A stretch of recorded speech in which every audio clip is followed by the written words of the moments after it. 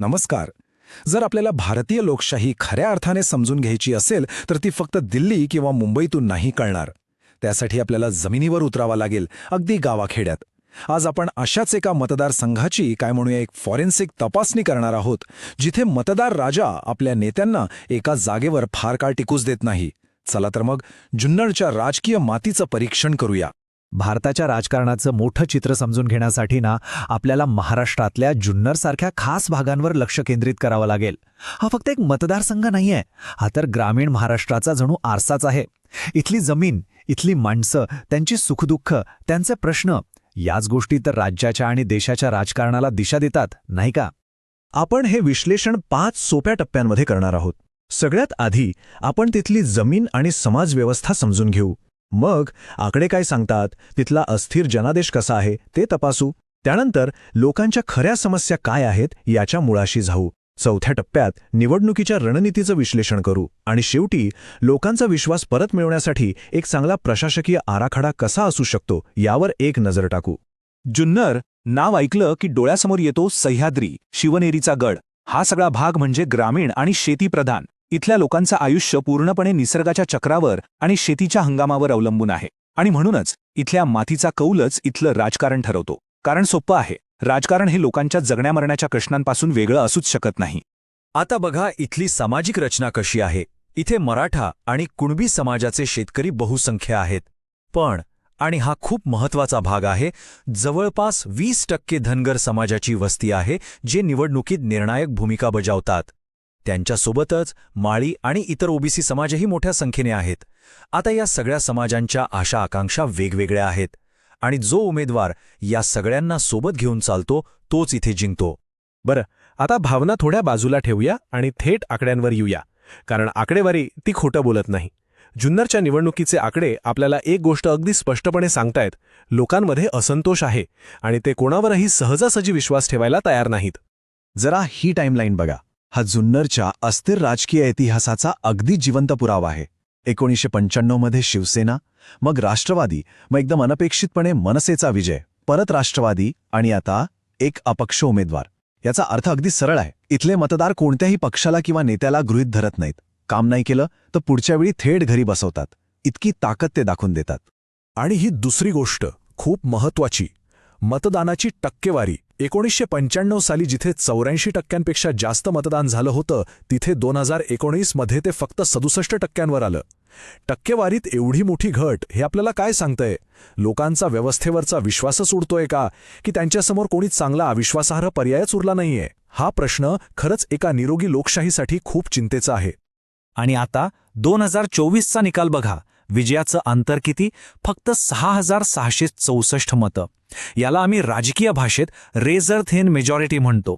याचा अर्थ काय तर हा काही स्पष्ट मजबूत जनादेश नाहीये, हा एक विखुरलेला कौल आहे. मतदार विभागले गेले आहेत आणि निकाल अगदी सहजपणे दुसऱ्या बाजूनेही जाऊ शकला असता. आत्तापर्यंत आपण पाहिलं की काय घडलं, पण राजकारणात का घडलं हे समजून घेणं त्याहून जास्त महत्त्वाचं असतं. आता आपण त्या आकड्यांच्या पलीकडे जाऊया. त्यामागे दडलेल्या लोकांच्या भावना, त्यांच्या रोजच्या जीवनातल्या समस्या आणि त्यांचा त्रास समजून घेऊया. मतांमागे खरी कारणं काय आहेत ती शोधूया. तर मग प्रश्न हा आहे की मतदारांच्या या त्रासाची, या नाराजीची मुळं नक्की कशात आहेत? कोणत्या त्या मूळ समस्या आहेत ज्या थेट लोकांच्या जगण्याशी जोडलेल्या आहेत आणि या राजकीय बदलांना कारणीभूत ठरत आहेत? सगळ्यात पहिली आणि मूलभूत समस्या पाणी. खास करून दुर्गम आणि आदिवासी पाड्यांमध्ये उन्हाळ्यात पिण्याच्या पाण्याची इतकी तीव्र टंचाई असते. विचार करा, जेव्हा माणसाला पिण्यासाठी पाण्याच्या टँकरवर अवलंबून राहावं लागतं, तेव्हा विकासाच्या बाकी गप्पा किती पोकळ वाटत असतील. पाणी ही फक्त सुविधा नाही, तो जगण्याचा हक्क आहे. आणि तो जेव्हा मिळत नाही तेव्हा असंतोष वाढणं स्वाभाविक आहे. जुन्नर म्हणजे शेतकऱ्यांचा भाग, आणि इथल्या शेतकऱ्यांची अवस्था ही दुसरी मोठी समस्या आहे. ऊस उत्पादक शेतकरी वर्षभर काबाड कष्ट करतो, पण त्याच्या घामाचे पैसे वेळेवर मिळत नाहीत. निसर्गाने दगा दिला तर पीक विम्याचे पैसे मिळतील याची काहीच खात्री नसते. हे जे कृषी संकट आहे ना, ते फक्त आर्थिक नाही, ते एक भावनिक दुखणं आहे जे पिढ्यानपिढ्या शेतकऱ्यांना पोखरत आलंय. आणि याला थेट सरकारी यंत्रणांचा अपयश जबाबदार आहे. आणि हा मुद्दा खूपच गंभीर आणि भावनिक आहे. वीज पुरवठ्याच्या धोरणामुळे शेतकऱ्यांना पिकांना पाणी देण्यासाठी रात्री अपरात्री शेतात जावं लागतं आणि याचा परिणाम काय झाला? 2024च्या सुरुवातीला बिबट्याच्या हल्ल्यात 6 लोकांना आपला जीव गमावा लागला. ही फक्त एक बातमी नाहीये. व्यवस्थेच्या चुकीमुळे लोकांच्या जीवावर कसं बेततं याचं हे एक थेट आणि दुःखद उदाहरण आहे. आत्ताच आपण जी दुःखद घटना पाहिली त्यावरून जमिनीवरचं सत्य समजून घेणं किती महत्वाचं आहे हे कळतं. एका निरोगी लोकशाहीमध्ये बोलण्याचा अधिकार तर सगळ्यांनाच आहे, पण लोकांच्या जगण्या मरण्याच्या प्रश्नांबद्दल, त्यांच्या प्रतिष्ठेबद्दल माहिती ठेवून बोलण्याची एक जबाबदारीसुद्धा आपल्यावर येते. माहितीपूर्ण चर्चा हीच तर लोकशाहीची खरी ताकद आहे. चला आता जरा राजकीय यंत्रणेचं विश्लेषण करूया. निवडणुकीचे निकाल हे फक्त उमेदवार लोकप्रिय आहे की नाही यावर ठरत नाहीत. स्थानिक आणि राज्य पातळीवरचे जे घटक आहेत त्यांच्यात एक गुंतागुंतीची रस्सीखेच सुरू असते आणि जो ह्या दोन्ही घटकांना समजून घेतो तोच यशस्वी होतो. निवडणुकीचे राजकारण 2 गोष्टींवर चालतं. एक म्हणजे अंतर्गत घटक, म्हणजे उमेदवाराचं स्वतःचं नेटवर्क, त्याला स्थानिक समस्यांची किती जाण आहे, पक्षातली गटबाजी.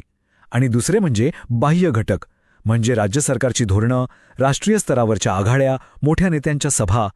खरा यशस्वी उमेदवार तोच जो पाण्याच्या किंवा पिकांच्या स्थानिक प्रश्नाला मोठ्या राज्य पातळीवरच्या धोरणांच्या अपयशाशी व्यवस्थित जोडू शकतो. हेच खरं कौशल्य आहे. ह्या रणनीतीला आपण एका स्वॉट विश्लेषणाच्या चौकटीत पाहूया. इथलं सर्वात मोठं बलस्थान काय? तर शेतकऱ्यांच्या समस्यांची एक प्रभावी कथा जी थेट लोकांच्या काळजाला हात घालते. पण त्याचवेळी सर्वात मोठी कमजोरी काय? तर स्थानिक पातळीवर कार्यकर्त्यांची कमी आणि पक्षातली फूट.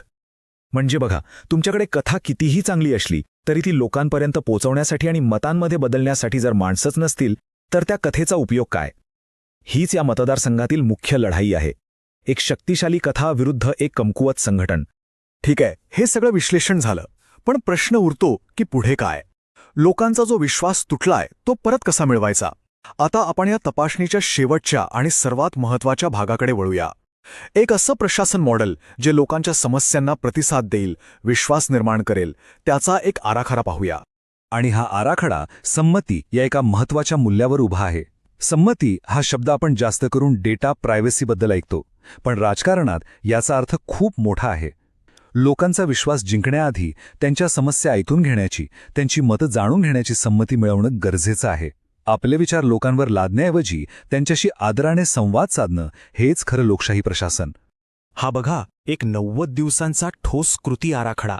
याची सुरुवात भाषणांनी नाही तर ऐकण्याने होते. पहिले 4 आठवडे जलजमीन यात्रा काढून घरोघरी जाऊन लोकांच्या समस्यांची नोंद घ्यायची. मग पुढचे 4 आठवडे प्रत्येक गावात छोट्या बैठका घेऊन त्या समस्या सोडवण्यासाठी स्थानिक लोकांनाच एकत्र आणायचं, त्यांनाच सक्षम करायचं. आणि मग सर्वात शेवटी या सगळ्याच्या आधारावर एक स्पष्ट रोडमॅप लोकांसमोर ठेवायचा. आधी ऐका, मग संघटित करा आणि मग बोला. हाच विश्वास जिंकण्याचा योग्य क्रम आहे. या कृती आराखड्यामागे 3 मुख्य तत्वे आहेत. निवडणुकीचा सिद्धांत असेल, सर्वसमावेशक विकासाचा आणि मोडलेल्या आश्वासनांचा. संघटनात्मक सिद्धांत असेल, पक्षाची पुनर्बांधणी वरून खाली नाही तर बूथ स्तरापासून वरपर्यंत करण्याचा. आणि कथेचा सिद्धांत असेल, विश्वास विरुद्ध गोंगाट, म्हणजे पोकळ घोषणांच्या गोंधळाला लोकांच्या विश्वासानेच उत्तर द्यायचं. तर मग हा एक विचार करण्यासारखा प्रश्न आहे नाही का?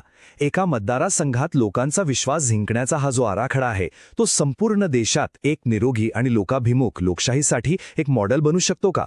यावर आपण सगळ्यांनी विचार करायला हवा. जर तुम्हाला लोकाभिमुख नेते बनायचे असेल आणि तुमच्या मतदारसंघाचा विकास करायचा असेल तर blueprintstrategies.ai शी mgr@blueprintstrategies.ai वर संपर्क साधा किंवा 80 42 04 1602 वर कॉल करा. राजकारणापलीकडचा उद्देश